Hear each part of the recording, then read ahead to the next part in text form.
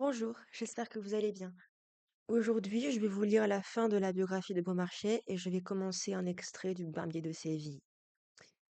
Figaro. L'auteur est constamment présent dans ses comédies. Il joue tous les rôles, ou peu s'en fait. Chérubin, c'est Caron à 13 ans, libertin et moralisant à l'occasion, où le comte ressemble fort à Beaumarchais adulte. Rosine et Suzanne ont autant d'esprit que Pierre-Augustin ou que sa sœur Julie. Pourtant pas de monotonie. Beaumarchais était assez divers pour donner de lui-même des répliques très variées.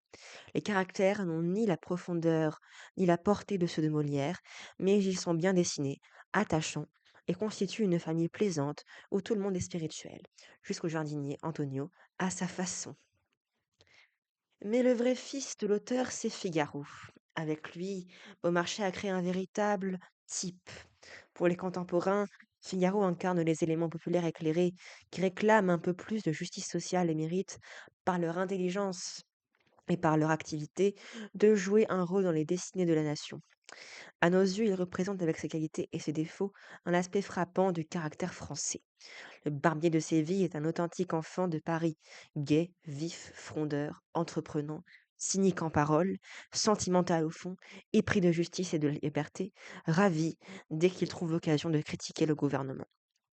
Bien sûr, il prête lui-même le flanc à la plaisanterie, mais il reste redoutable à toutes les tyrannies. Le Barbier de Séville. Le comte Almaviva était pris de Rosine, pupille du médecin Bartholo, qui la séquestre et compte bien l'épouser. Sous le nom de Lindor, il donne des sérénades à sa belle.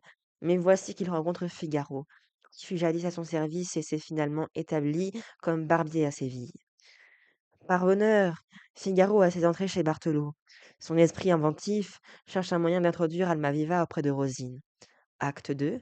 Rosine, qui répond à l'amour de Lindor, lui écrit une lettre et la remet à Figaro. Un fourbe, dont Basile, maître à chanter de Rosine, révèle à Bartholo les projets d'Almaviva. Lindor Almaviva se présente chez Bartholo, déguisé en soldat.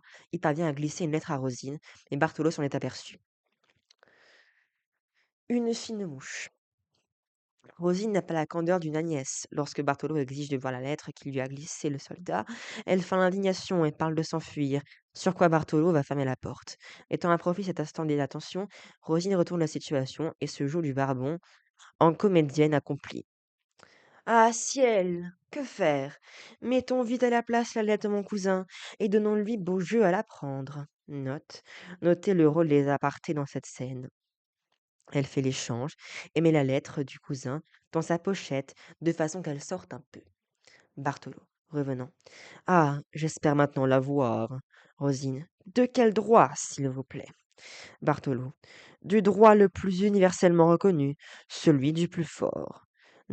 Commentez ce trait satirique. Rosine. On me tuera plutôt que de l'obtenir de moi. Bartholo frappant du pied. Madame, madame. Rosine tombe sur un fauteuil et feint de se faire mal, de se trouver mal. Ah, quelle indignité! Bartholo. Donnez-moi cette lettre, ou craignez ma colère. Rosine, renversée. Malheureuse Rosine! Bartholo. Qu'avez-vous donc? Rosine. Quel avenir affreux! J'étouffe de fureur. Bartholo. Rosine! Elle se trouve mal. Je vous lirai la suite dans 4 jours. Merci d'avoir regardé. Au revoir.